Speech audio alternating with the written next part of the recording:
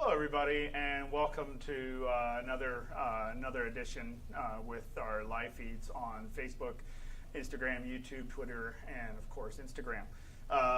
Today we're going to be doing some exercises together. Okay, so remember I brought this up on Tuesday that everybody acknowledged that they want to do some exercises. So let's go ahead and do some. Okay, I did require that the weights have to be up to 5 pounds. You can use soup cans, water bottles, anything like that. Again, you can grab, if you don't have them right now, just bring them, go ahead and pick those up. You can use 2 identical weights that are either soup cans, water bottles. If you have free weights up to 5 pounds, usually I see 3-pound weights, usually. So if you want to work out with that, please do so. And good morning to everybody, okay? All right. Again, I'm Alex Grichuhin. I'm the Director for Advanced Lung and Heart Disease. Everything I'm going to be going over is going to be a safe exercise.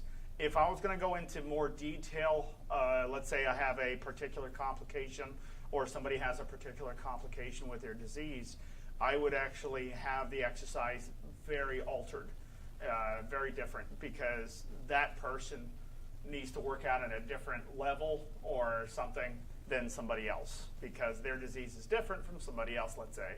And even if you have one person that has COPD and you have another person that has COPD, COPD is an umbrella term. You know, it describes what the problem is based off of 5 categories. That is emphysema, cystic fibrosis, bronchiectasis, asthma, and chronic bronchitis. So all those 5 are umbrella terms that. So when somebody says, I have COPD, I always ask, what type? You know, if somebody says, I have heart disease, because there's like 1 million heart diseases, you know, it feels like, I'll ask, what type? You know, what do you have? Hey, everybody. So, so when we're doing the exercise, when I start something new, I always step back and see what the routine is first before I start. So if you don't feel comfortable doing any of these exercises, don't do them. You know, always consult with your doctor or healthcare professional about any advice on exercising with somebody like a respiratory therapist like me. So first things first, we're going to sit down. There are video issues. D, are you got it going? All right. So on the first exercise that we're going to be doing, we need weights. So I have here some weights. Now, like I said, you can use any weight you want, but it's best to weights up to 5 pounds. We're not here to become a Hulk. You know, we're not here to become a Hulk. We're here to retrain muscle that probably hasn't worked for some time. On today's topic, also, we have various other topics that we're going to go over today, but I did say that we're going to exercise first. Okay? So if you have weights, go ahead and grab them.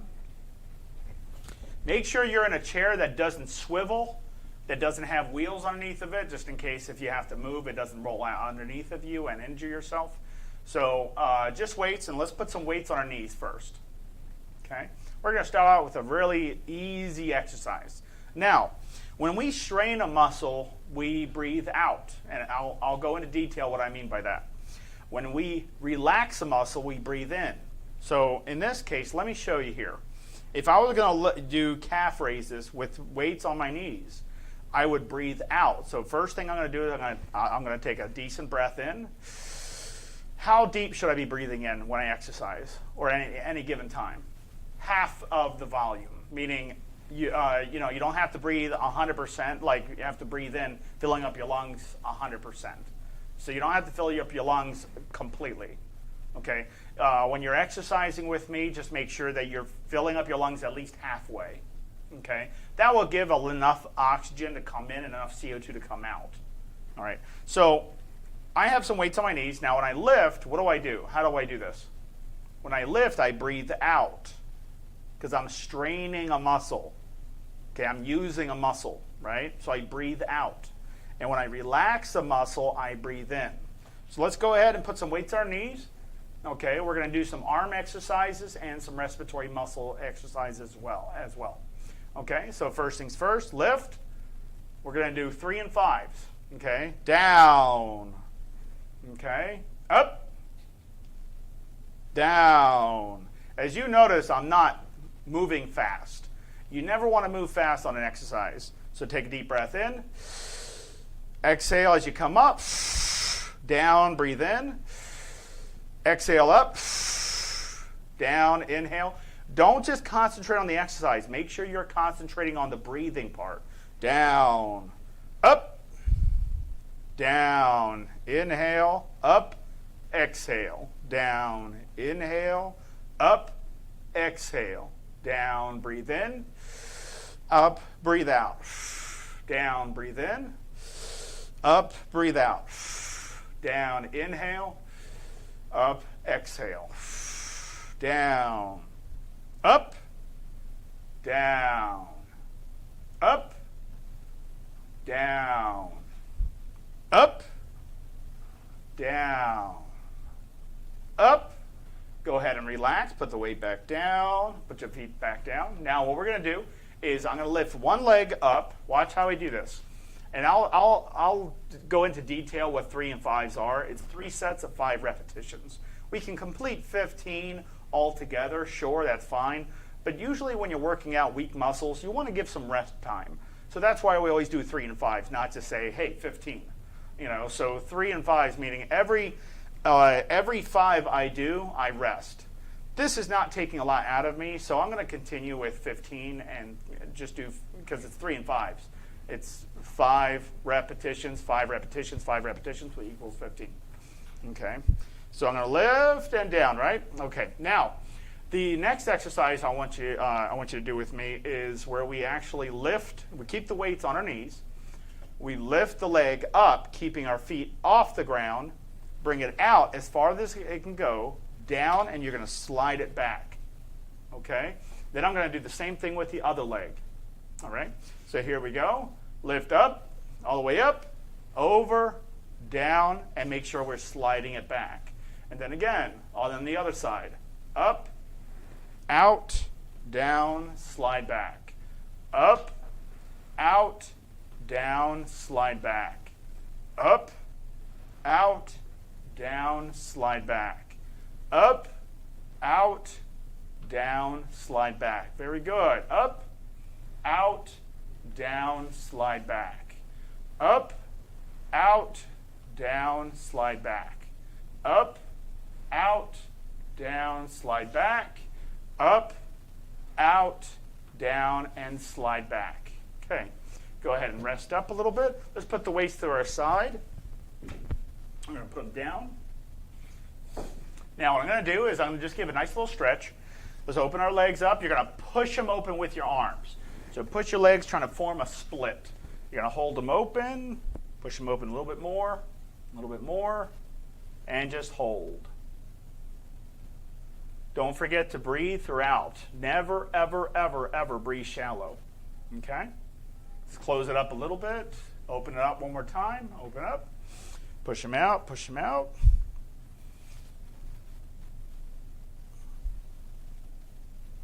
Okay, go ahead and relax. Let's lift our leg up, knee up. Circular motions with your toes.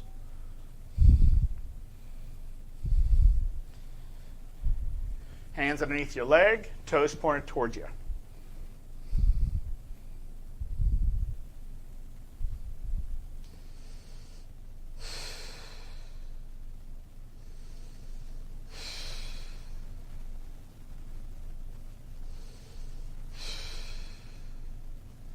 Okay, switch to the other side. Lift the knee up. Circular motions with your toes. 3 times each direction. Okay, hands underneath, toes pointed towards you. Feet are pointing towards your face. Okay, your toes. And the best thing to do on this, make sure your knee is not bent when you're doing this, because that's not how it works. What we're doing is stretching those legs out, because we just worked a little bit out. So your leg is completely out. No bending of the knee. Okay? It's completely out. All right? And then you will hold that position. On the positions when you're holding a stretching, you should never feel pain. You should feel a slight pulling sensation. That's all you should be feeling. If you're feeling pain, you might be going a little bit overboard on that. So you want to either slow it down or fixate not just on your breathing, but also on your posture and your movement. Because you might be overlapping, you might cause injury if you overstretch something. Because we can overstretch things, of course. Okay, now what we're going to do is we're going to take our weights. Okay, let's everybody say, my breathing is manageable. Take a deep breath in. My breathing is manageable. If you can say that without struggling to say that, then you're still good. Okay? Because we're going to base this off of us, off of me, right? And I'm basing this off myself, how you feel. If your work of breathing is high, what is that a problem of? CO2, right? So we're not ventilating well. So we're probably just taking a breath in and forgetting about it, and that's it. Your body needs to consume oxygen when you're exercising, so make sure you are breathing in deep enough, or else it won't work very well. Okay? So we're going to take our weights, bring them to the side. First thing, we're going to do some just shoulder raises. Simple. We're going to lift our shoulders up with the weights and rotate them. Bring them up and over. Up and over. Up and over. And switch to the other side, meaning rotate the other direction. So if you're doing counterclockwise, you'll do it clockwise. Nice and slow movements, not fast. Remember, tension time is very important. How much tension do I keep on a muscle when I exercise? If I lift like this, too fast, okay? That might be a half a second of tension time. But if I lift slower, 1 1,000, 2 1,000, 3 1,000, 4, 5, 6. I know it seems very unnatural, but this has been proven to work 3 times more effective than moving fast, okay? All right. You forgot to breathe in a lot of times? Yeah. That's why when we go into pulmonary rehab, we focus on the breathing the most. Okay? So remember, in pulmonary rehabilitation, a lot of people tend to focus on the exercise, on their legs, but they're not focusing on the breathing. So just kind of keep in check your breathing. Okay? So when I lift the weight, now when I lift these weights, when I lift them up, try to give a curl on your wrist as you come up. That will help work out your forearms as well as your bicep. Okay, we're going to lift up both at the same time and down. Okay, now when we lift, what do? How do we breathe? Breathe in or out? When we lift, we breathe out. Remember, when you strain a muscle, you breathe out. When you relax a muscle, you breathe in. Okay, here we go. Everyone sit up straight. Curl. Curl those wrists up. Maintain good posture. Don't slouch. Down. Breathe in. Up. Breathe out. Down, breathe in. Up, breathe out. Down, inhale. Up, exhale. How deep do we fill up our lungs? Halfway. Down and up. Good. Down again and up. Maintain good posture. Good. Lift up, nice and slow, a little slower, a little slower, a little slower, a little slower. Down. Breathe in. Up, breathe out. Down, inhale. Up, exhale. Good. Now bring the weights up to shoulder height. Let's bring them out all the way. Yep. Hold them up there. Just do what you can. Okay? Hold them up there. Okay? Now we're going to make circular motions with our arms, small circles. This might take a lot out of you, so make sure we're breathing right. Okay? Inhale, exhale, just breathe throughout. When you come up, you exhale, breathe in, exhale, breathe in, exhale, inhale, exhale. Very good. Keep it going, keep it going. Opposite direction. I know a lot of people, they'll do is like, they'll just drop the weights like that. Don't do that. Okay? Don't be one of those people that just drop weights like that. Don't do that. Okay? What you want to do is just do what you can throughout the exercise. If you find that the lactic acid buildup, and you probably don't know, if you feel a burning sensation around the arm because your muscles are contracting, that's normal. Okay, there's nothing wrong with you with that.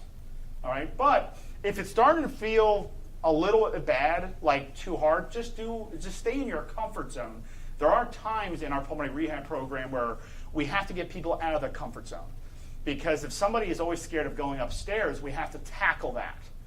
You know, if somebody's scared of going outside because of long distance or they get out of breath very quickly, we have to work on that. Okay? If we try to keep everybody the same, then there will be no improvement.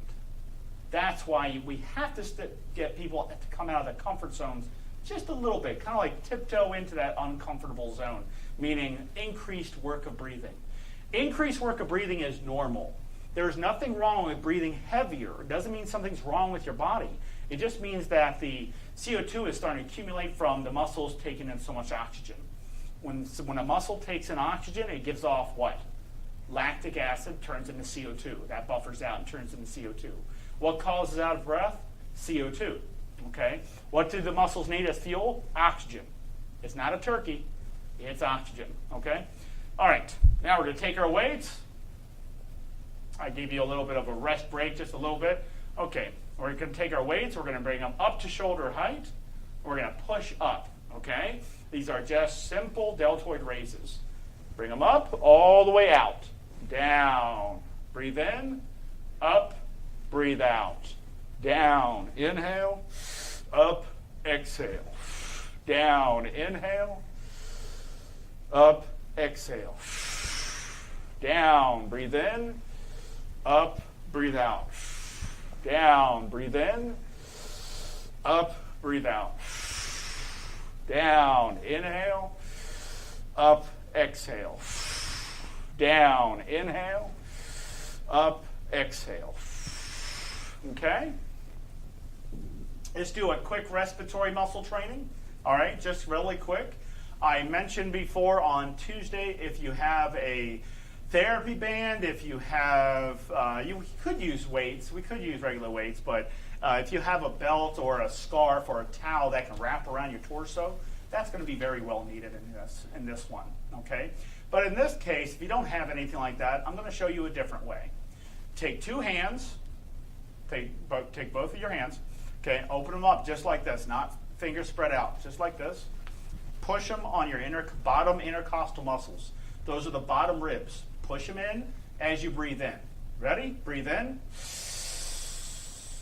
Push in. Make sure you're creating resistance with your own arms. Okay? Breathe in. Breathe out. Breathe in.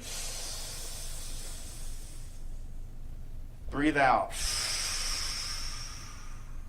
Breathe in.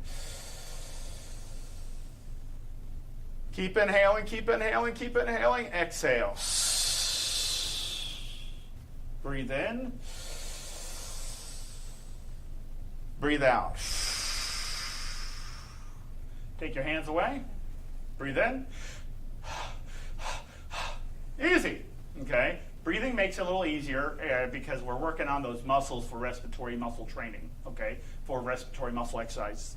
Now, I'm using my own hands. I could utilize 3 coffee straws. I can grab 3 coffee straws and, you know, the little stirrers with little small diameter holes in them, the ones you stir coffee with.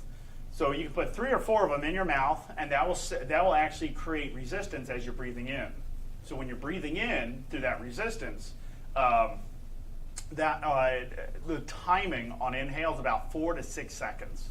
So when you're breathing into 3 or 4 coffee straws, you can breathe in, and as you breathe in, it's going to create resistance. It's going to make it harder to breathe, but that's what you want because those muscles are weak, and those are your respiratory muscles, right? They work on our breathing. So if your lungs are not opening up all the way, you concentrate on the muscles that are weak, not the ones that are already strong, okay? All right, so another way to do respiratory muscle training is to purse lip breathe. Inhale and on exhale, okay? So we're going to tighten our lips really nice and tight. Go ahead and breathe in.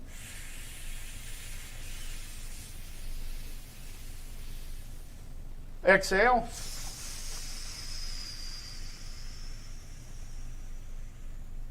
Breathe in again.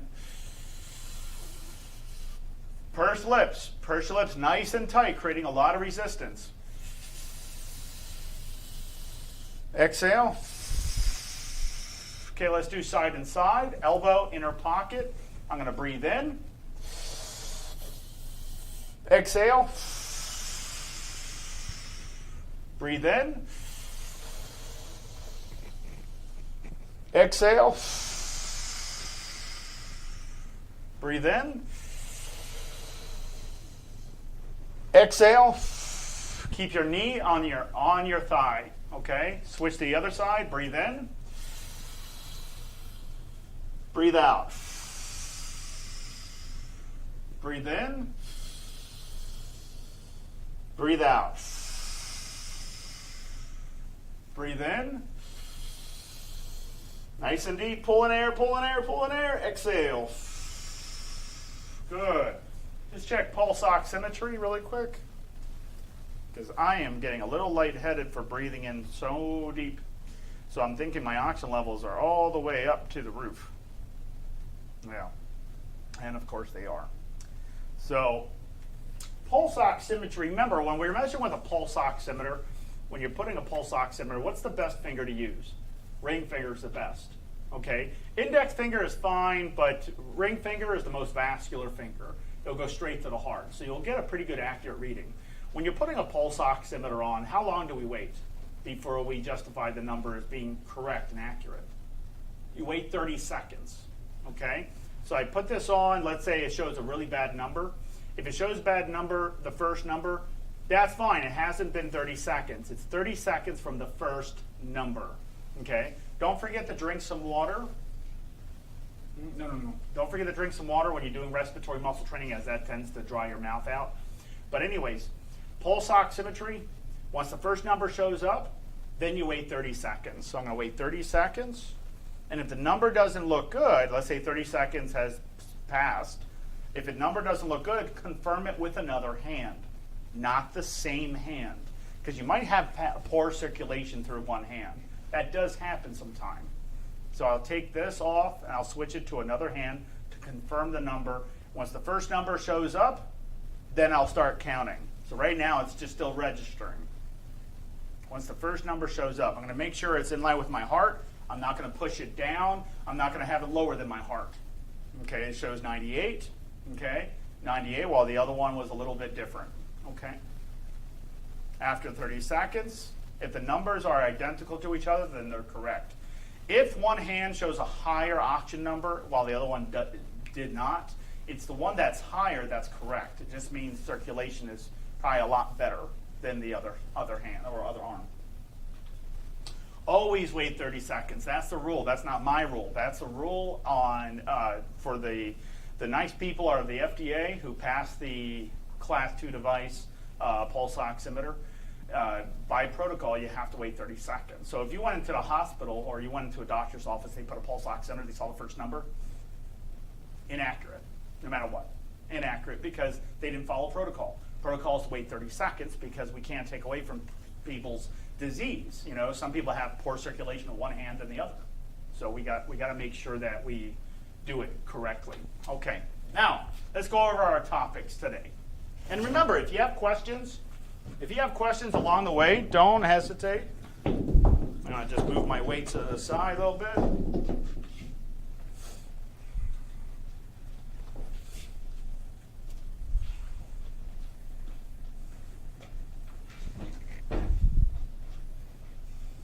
Okay. Breathing with exercise is incredibly important. But there is something you also want to be aware of. Environmental exposures. Okay, so this month we're going to talk about something that is actually there's a lot of good information of what was researched. So what I'm going to be talking about is environmental exposure, especially soil pollution. So let me grab this paper here so I can give you everything verbatim. Breathing, the environment, and healthy anyways. February is Black History Month, and this debrief gives some research and current talking points on particular matter and environmental justice. So just last week, the EPA published to move to address the levels of soot and fine particulate matter, accepted by companies and governments. A standard that is being addressed in the first time in over a decade. So in over a decade. Michelle, I'll go over that in just a little bit, and as well as Mary. Oh, and Pamela, yeah. The ring finger is the most used finger that we like to use in respiratory. A lot of people just use the index, but we always like the ring finger. But anyways, yeah, and I'll go over those questions. So feel free to bring up questions on the comment section. I'll address them after I do this. Okay. Okay, main points. Fine particulate matter or soil pollution is in the air we breathe, and it has been linked to asthma, heart disease, and even early death, affecting urban communities of color. Now, Environmental Protection Agency proposed bringing the limits down to 12 micrograms per cubic meter to 9 to 10. The Clean Air Act requires EPA to review air quality standards every 5 years, but this proposed revision is the first in a decade to address soot levels. Some groups may, by the way, I wouldn't jump out of this to view something else. I'm going into some really important facts here. Okay, this will pertain to people who work outside, gardening, construction workers, anybody. Okay, so I'll read it through. Let's see. Some groups say. No, I apologize. I'm off the wrong one. Environmental Protection Agency proposed bringing the limits down to 12 micrograms per cubic meter to between 9 to 10. The Clean Air Act requires the EPA to review air quality standards every 5 years, but this proposed revision is the first in a decade to address soot levels. Some groups say the new limit is not enough, particularly for urban communities of color overburdened by pollution, outdoor workers, and other who are vulnerable. Inadequate standards leave too many communities behind. Strong particulate matter. I'm sorry. I was just making sure I was reading that correctly. Strong particulate matter standards are needed to protect public health and environmental and further environmental justice, said Harold Wimmer, president and CEO of the American Lung Association. A PMR, particulate matter 2.5, or fine particle pollution, sometimes called soot, and that's SOOT if you're going to look that up, is a mixture of microscopic inhaled compound from pollutants. It has been linked to early death and numerous health issues, including heart and lung problems, as well as fetal health. It also exacerbates conditions such as asthma and heart disease. What is fine particulate pollution? Let's be clear about the size of the particles we're talking about. What we're talking about is particles smaller than a human hair.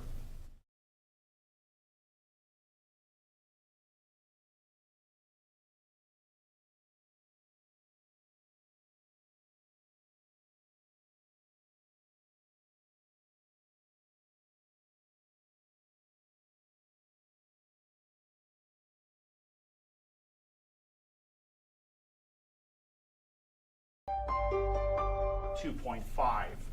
Okay. May you repeat that one more time? Yes, of course. So we're talking about particles smaller than a human hair, then a grain of sand, then even smaller than that. So by looking at what a micron is a very, very small particle. It's a unit of measurement. So when we're looking at micron, we will look at things under a microscope, right? So if we're looking at stars, we're looking at a telescope, but it's very, very, very fine particles. Sometimes you can't even see them, okay? In fact, I should say most of the time you can't really see them, but they are fine particles nonetheless. So where does the soot and super small particle matter come from? The EPA says these particles come in many shapes and sizes and can be made up of hundreds of different chemicals. Some are emitted directly from a source, such as construction sites, unpaved roads, fields, smokestacks, or fires. Most particles form in the atmosphere as a result of complex reactions of chemicals such as sulfur dioxide, nitrogen oxide, which are pollutants emitted from power plants, industries, and automobile manufacturers. Now, should I be concerned about this? Of course. Yes. If you live near a construction site, major industrial zones, or areas prone to air particulate pollution like cities, especially notorious cities like LA with the dust bowl effect. Does anybody understand what the dust bowl effect is?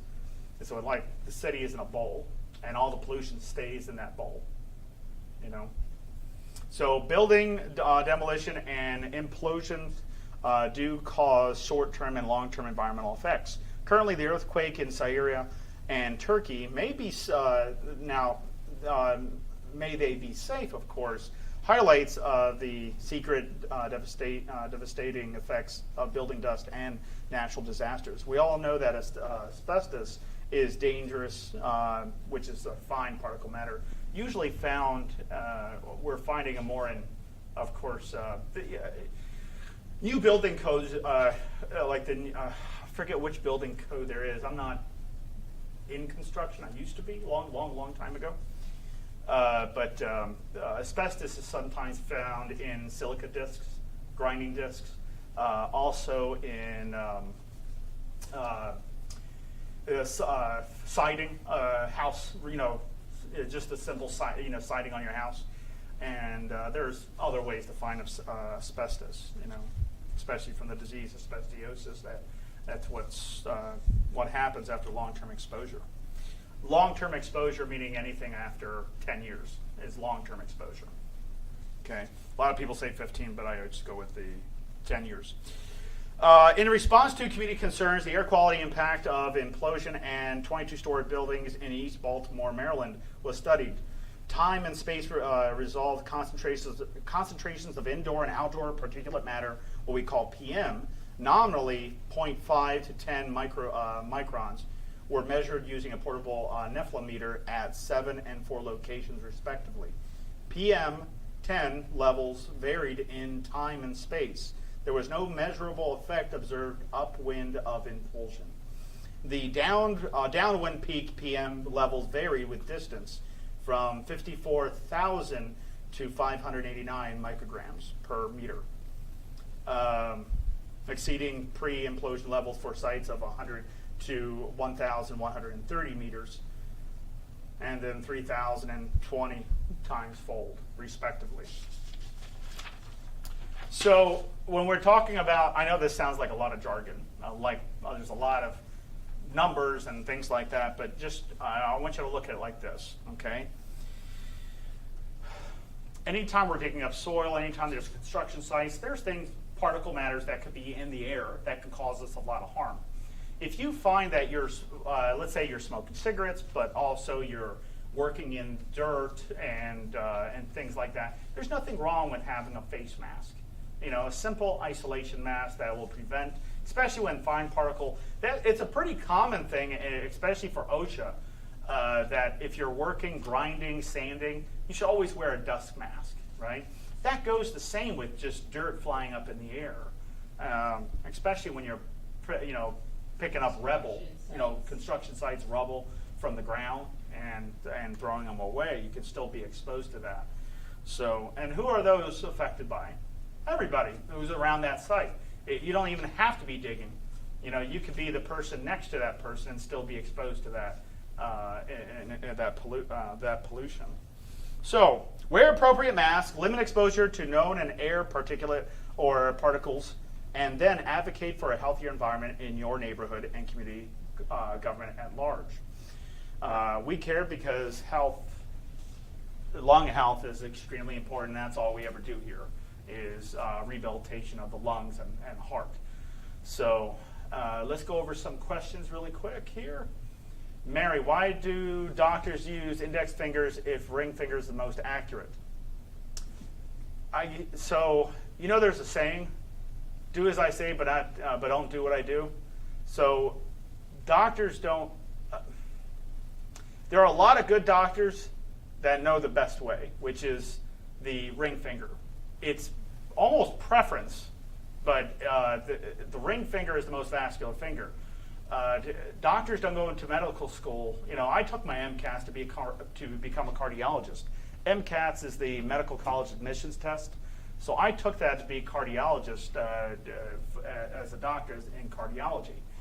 None of those tests, none of the things that we utilize in that school was based off of how to use a pulse oximeter correctly. It just says put it on a finger. It was never specified.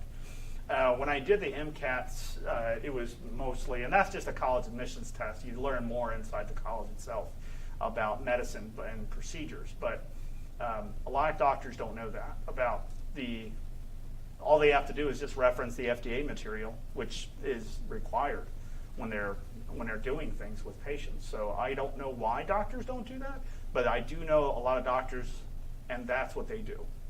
Okay, they use the ring finger.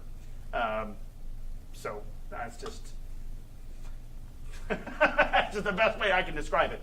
You see, I have a really bad anxiety. Is there any exercise that can help with this? So anxiety is a mental issue. It's not a physical issue per se. It's more of a mental problem. So when we address mental complications, we sometimes, like what I would do is step back to see where the problem's at. What causes the anxiety? Is the anxiety caused by the fear of breathing hard? Is the anxiety caused by something else in my head? Don't know. So we would have to go into that a little bit more in detail, but usually psychology, stress management, yoga will benefit that quite a bit. And just simple, basic exercise. Exercise should not be getting you completely out of breath, first off. Pick an exercise that you enjoy doing that doesn't cause your anxiety to go up, but something that can at least increase your heart rate by at least 10 beats from its baseline resting heart rate. So if your resting heart rate is 70 beats per minute, and you pick an exercise, and you do that exercise, and it's raising your pulse rate by at least 10 beats, good exercise. Okay. Is the lung able to cleanse itself particle we breathe? So it does. Okay, so it does, but the only thing is that once there's damage, like let's say there's a bacteria or a fungus. Once it's in, it stays dormant for like a little bit. Body's trying to lavage it out, trying to clean it out, creating more congestion because of that particle, that invading particle. You might have a lot of congestion, after you breathe out sometimes because the body's trying to clean that out. But if that, whatever it is, bacteria, virus, or fungi, let's say, made its way in, usually it's going to latch on. And no matter how much you try to lavage it, it won't go away. Then you have to fight the sickness itself. So, what about small particles like asbestos? So like small particles like asbestos. Asbestos are very, very fine particles, but there is asbestosis. That is it's the disease that happens in your lungs, and your lungs kind of solidify and turn very, very, very concrete. Okay, there is a kind of a fix to that, but we have to fix that problem. Okay, so when your lungs are stiff, what do? Respiratory muscle training, lung stretches. Okay, my legs are weak, what do? Exercise my legs. Squats are the best. Can't do squats, start with something lighter. There's always an answer to everything. Okay, and it's not like I hope this works. It's either we do it or we don't. But asbestosis is a pretty severe, depending on how long the exposure is. If you had minor exposure, it could be progressive. But if you had minor exposure to something like that, it probably won't affect you as much. But long-term exposure, just don't assume that, I'm okay. I can do this for 10 years and I'll give up. Don't do something like that. Some people are so sensitive on inhalation or pollutants that as soon as it enters their body, they go straight to an exacerbation.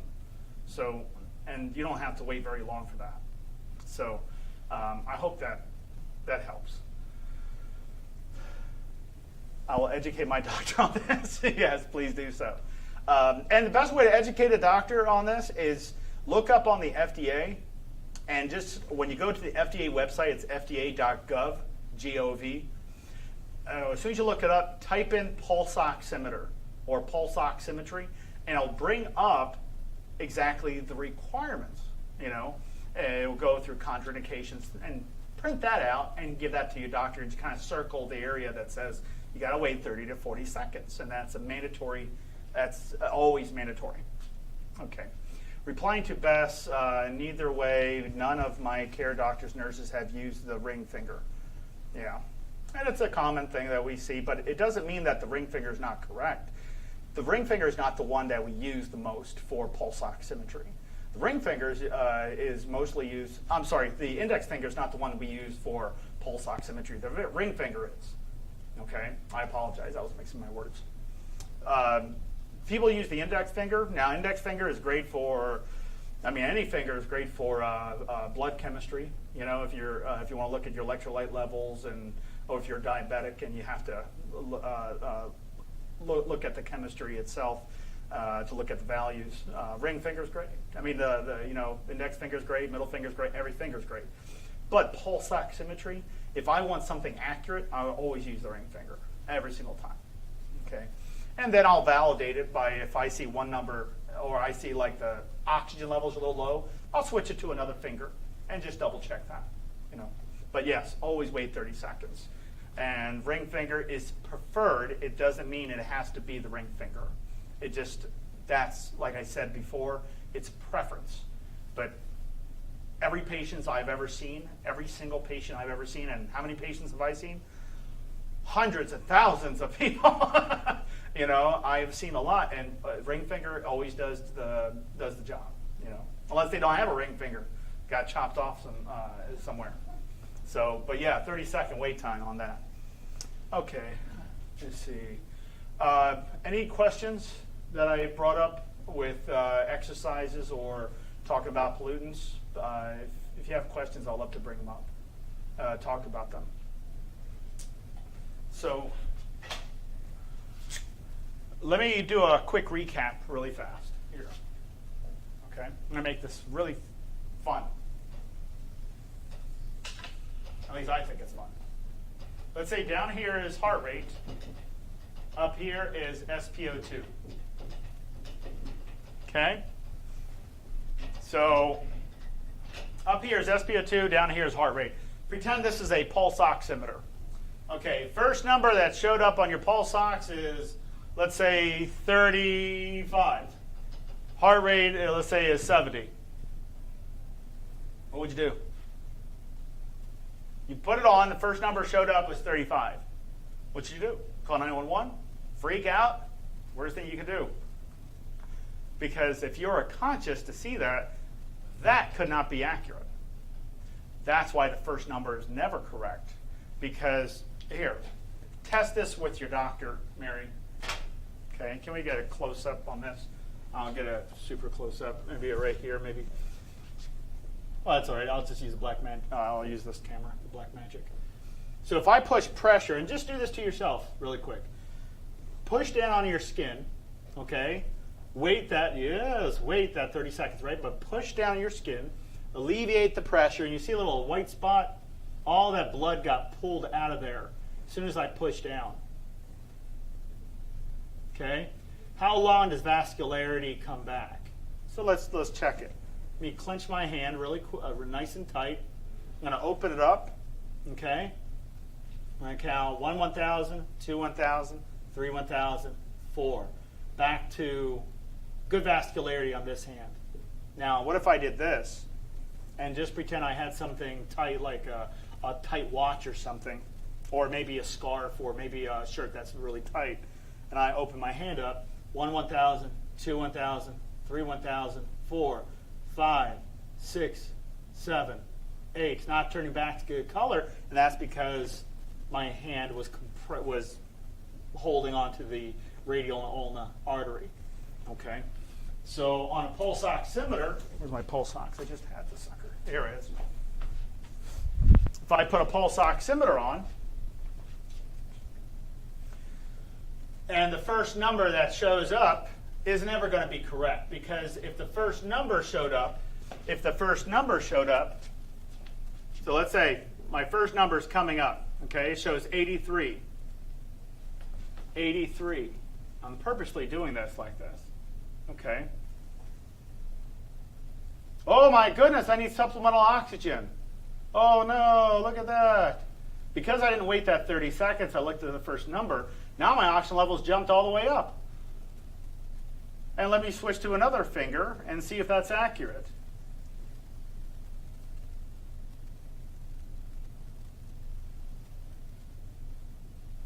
It's completely different numbers, but 30 seconds hasn't been depleted yet. The numbers are changing as we go. And why is that? Because of vascularity. You always wait 30 seconds. You never, ever just look at the first number. So you are correct, Pamela and Beth. The first number showed up 35. You wait the 30 seconds. You don't look at that number and justify that's the right one. No, because you would be dead if that was true. Okay?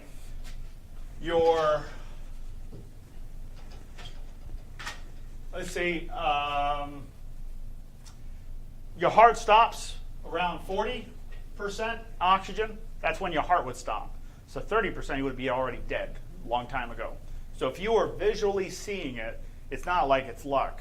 No, I saw mine go down to 30. No, you saw the pulse ox go down to 30 because of an inaccurate, erroneous reading.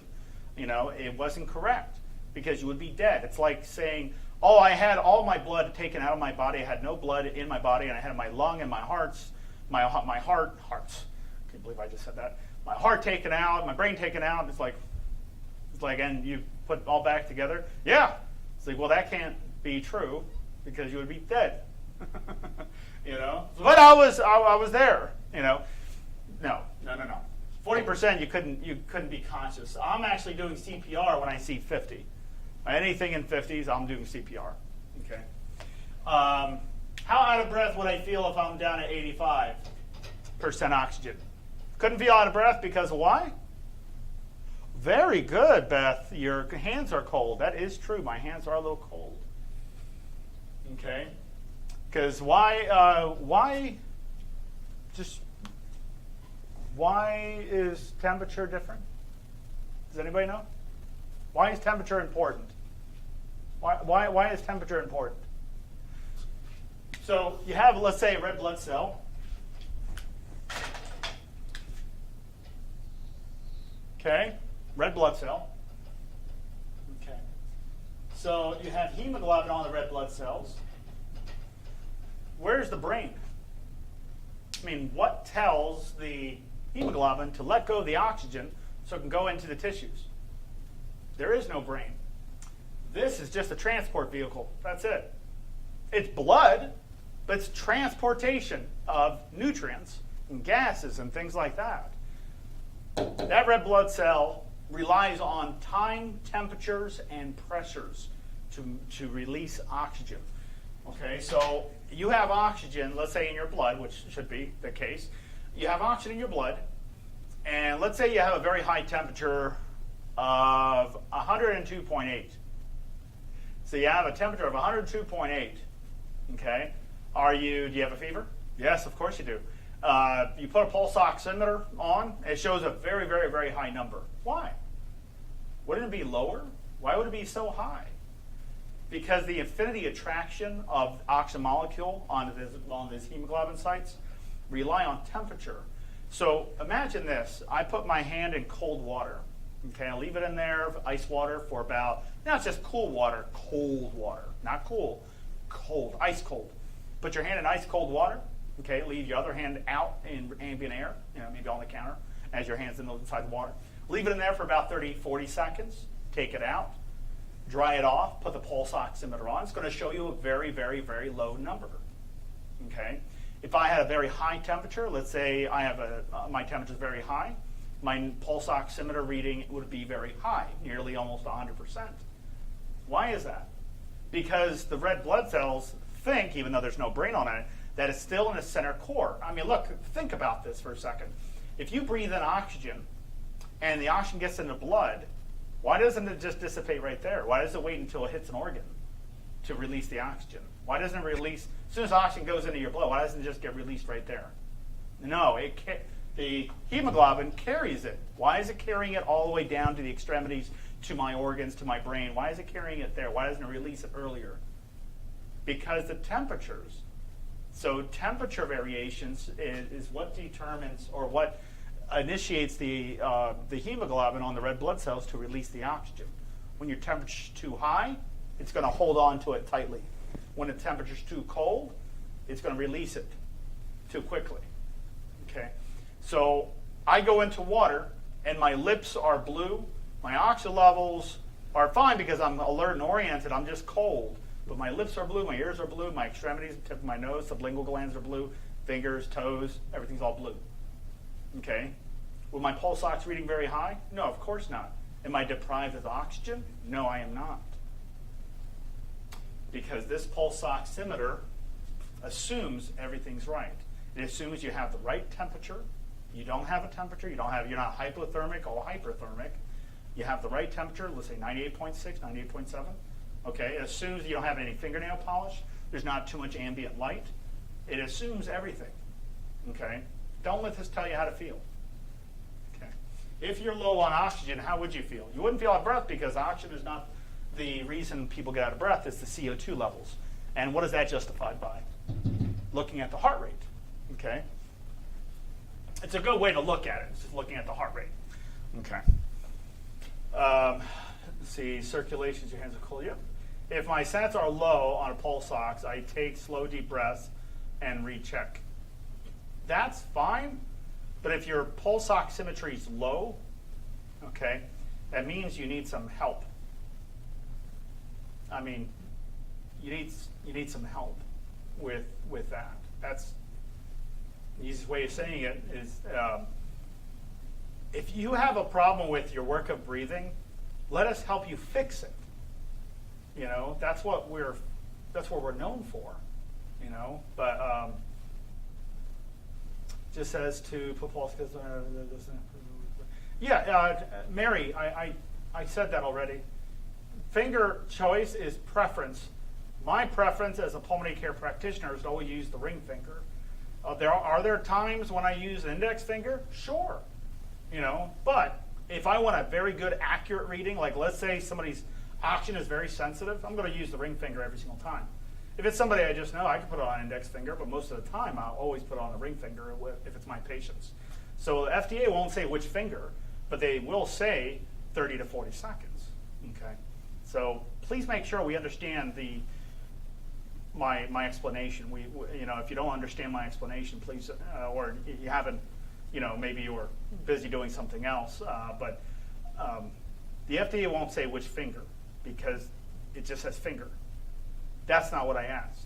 That's not what I said. That's not what I explained. I explained it was preference. My preference is always the ring finger, and all the other pulmonary practitioners that I know, ring finger always because it's the most vascular finger. Okay, it's the most vascular finger. Let's say you don't have arms. What do I use? Toes. I'll just use your big toe, maybe your middle toe. You know, use one of those. Okay, so that's fine. If you don't have arms or legs and feet, and then I'll just use your earlobe. You know, if I want another accurate, like a very accurate measurement, I'll pull blood out from your artery and measure that with a not with a pulse oximeter, with a blood gas machine. Okay. But 30 to 40 second wait time. Could I feel out of breath with low oxygen? No. I would feel lightheaded and dizzy, but I would not feel out of breath. Could I be out of breath at 100% oxygen? Sure, of course. But because the heart rate's low, you probably wouldn't feel very out of breath. If I put a heart rate of, let's say, 150, yes, that person's work of breathing is very high. If I put it down to, let's say, 100, okay, could it be high? Could your work of breathing be high? Yes, of course, because the heart rate, not because of the oxygen. You see somebody working out, they're an athlete, and they're working out, okay? See somebody working out, and they check their oxygen, they're huffing and puffing, the oxygen is like 96, 98, but they're completely out of breath. Okay, no worries, Mary. I'm on your side. Don't worry about that. You know, but you have an athlete that's working out, and their oxygen levels stay at above 90s, but they're out of breath. Because out of breath isn't caused by oxygen; it's caused by heart rate. You look at the athlete's heart rate, you see it's very well elevated. That's the reason why they're huffing and puffing so much, not because of the oxygen. Okay? Oxygen has nothing to do with being out of breath. If what you thought was true, then that would contradict a lot of things in the medical world. So it's let's just understand that completely. Out of breath is never caused by oxygen. It's caused by CO2. You're not ventilating well. Okay, meaning you're not breathing out enough CO2. So you got to pull in more air into your lungs to get rid of more CO2. It works proportionally to each other. If you breathe in shallow, you only get rid of a little bit of, you breathe out a shallow amount of CO2. That's the easy way for me to say it. If I breathe in deep, I'll pull in a lot of oxygen in, and I will get rid of a lot of CO2. Right? Okay. All right. How much time I got? Okay, I have like a couple minutes. 3 minutes, actually. Remember what I was bringing up before? And mind you, if you have questions along the way, don't hesitate to write up questions. Remember I was bringing up in artery? I brought this up with my class, but I put it in a different way. Remember when I was bringing up an artery, and let's say these two tissues consume oxygen at 10 and 5. Remember that? And the oxygen. Remember I said how oxygen goes into the artery. So I made it easier to understand by doing it like this. So let's say you're at 95% oxygen. Your heart rate's 70 beats per minute. Okay. Instead of saying this consumes 10% of my oxygen and this one consumes 5% of my oxygen, when 95 makes it through, gets depleted by 10, gets depleted by 5, and at the very end, I'm down to 80% oxygen, my heart rate's 70 beats per minute, right? Instead of me doing it that way, I did it like this. This is how I explained to my class, and they understood this a lot easier than this explanation. So let me take the oxygen levels out, the percentages out, the numbers out, and let's do it like this, okay? Let's say currently I am only bringing in 1 liter, that's 1,000 milliliters, 1 liter of air, okay, into my body. This tissue requires 2 liters for this exercise that I'm doing. At rest, so I'll put E on top of that. At rest, it only consumes 0.5 liters of oxygen. So at rest, this 1 liter of air coming in, let's say it's 1 liter of oxygen. Let's say this is oxygen. Okay? Let's get rid of air and just say that's oxygen. Because remember, air is completely different from oxygen. Air is comprised of nitrogen, helium, xenon gas, oxygen, and a lot of other inerts, carbon, So, but let's just say oxygen. 1 liter of oxygen. This tissue on exercise needs 2 liters of air every 3 seconds. Okay? At rest, it will only consume half a liter every 3 seconds.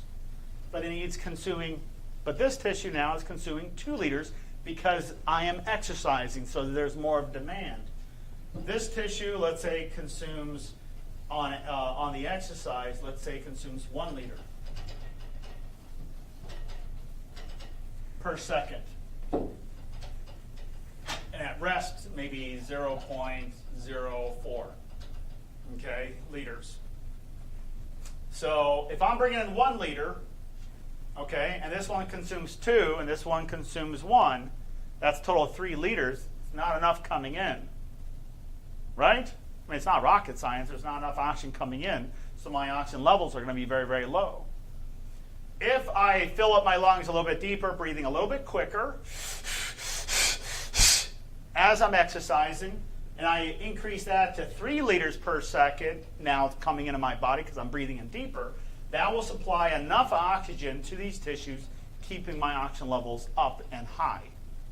See how I made that a little different than using percentages?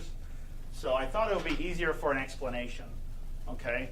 Right now, my body's consuming oxygen. If I start moving and exercising, it's going to consume more. But if I keep the same respiratory depth, meaning the volume, the same, and I don't change that volume. Like let's say at rest I'm breathing like this. Okay, so say I'm breathing like that, and I use that same breathing depth and pace, like the rate, as I'm exercising, won't work, because that breathing was good for resting, not for exercise. It's not going to be enough oxygen coming in, keeping my oxygen levels low. Okay. Quit breathing like a squirrel. You're not a squirrel. Yes, I used to bring that up a lot.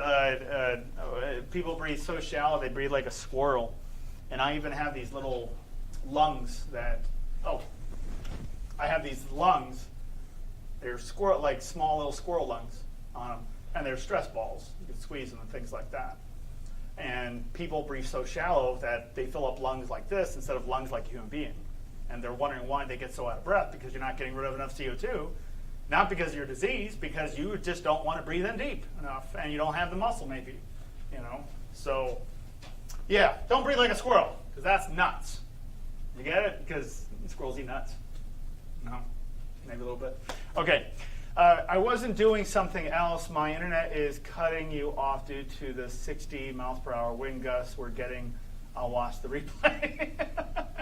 I'm sorry, Mary. That doesn't sound very fun. Just be careful, especially with high wind. I'm not going to say which direction is the wind and looking on a map if there's any construction zones or anything, but just be wary of that. If you're going to be inside with high wind, there could be accumulation of different pollen, particulate matter. So closing the windows and also making sure your filter is changed properly would be the best thing you could do for that. But just a little fair point of that. Other than that, guys, that is it. Oh, love the exercises. Oh, thank you very much. Thank you. So can we continue with the exercises? Would that be okay, guys? Everybody? I need at least 5 yeses on this. Come on, guys. Say 5. I need 5 people to say yes. I want to do these little exercises in the beginning. Please. I got 1. I'm waiting for more. 2, 3. Come on. 4, 5. That's it? Give me the bare minimum? I'm kidding. Okay, so the exercises were helpful. Please, now, 3 and 5s. Remember what I said about 3 and 5s? 3 sets of 5 repetitions. It's 3 sets of 5 reps. If you want to go more than that, that is up to you. But 3 sets of 5 repetitions. So just when you're doing exercises, you will be getting a little sore when you're doing these exercises. The length of time to do these exercises are 3 and 5s. So if the 3 and 5 takes you 15 minutes, then it takes you 15 minutes. Okay? But try to go slow. Make it last for at least 10 minutes, 15 minutes. Excellent work if you did that. If you went through and did it really quickly and your exercises were only about 3 minutes, not good exercise. A good exercise is something that you can do for at least 10 plus minutes, if not more. We like 30 minutes, but we'll take what we can get, right? Please make sure that you follow us also on Facebook on the My New Lungs. The My New Lung videos, we've launched out our other week that was just launched yesterday, so just be on a lookout for that. There's new classes, new content, really good content, and thanks to the very, very tedious tasks done by Sonia and John, but they made that possible. So what you're seeing is fantastic content. It's really excellent. You guys got to really check it out. My New Lungs is mynewlungs.com. That's not a part of HRN. It's a subgroup of HRN. We use My New Lungs because it has a video library and it has all these things and the courses that are self-paced. And it's a membership program. That also means that when you sign up for membership, you have to cancel once you're done. We can't automatically cancel you. It doesn't work like that. You have to go in. So just make sure you keep your password safe and you know your password to get in and out. So when it's time to cancel the membership, you cancel it. But anyways, My New Lungs, it's self-paced. You do it when you have time. HRN is a telehealth program. So a lot of our patients utilize the Monu-Lungs, which we always try to have people do, because doing the Monu-Lungs with the exercises, tremendous outcomes, absolute tremendous outcomes. Don't get me wrong, HRN by itself has tremendous outcomes, but I'm saying when people do extracurricular exercises, when they're not doing therapy inside with our program, or through the virtual means like telehealth, they'll do the homework side, which is the Monu-Lungs. So please check that out on monulungs.com. Sign up. The first 3 days are free. Just check it out. And I'll see you guys back on Tuesday. See you guys. My class, don't forget, Monday we have to do balance training, and we also have to continue with vertigo training. And yes, everybody, we do that as well. When Home Rehab Network means it's a network of exercises and things like that and diversities. So balance training for my class, balance training and vertigo exercises on Monday. And we will be doing, on Monday. That's for my class, okay? Balance exercises, vertigo training, and of course, the regular class, of course. Yes, Monday. Anyways, everybody, I'll see you guys later. Thank you very much, and thank you for your participation. I really love you guys, man. Really, you guys are awesome. See you.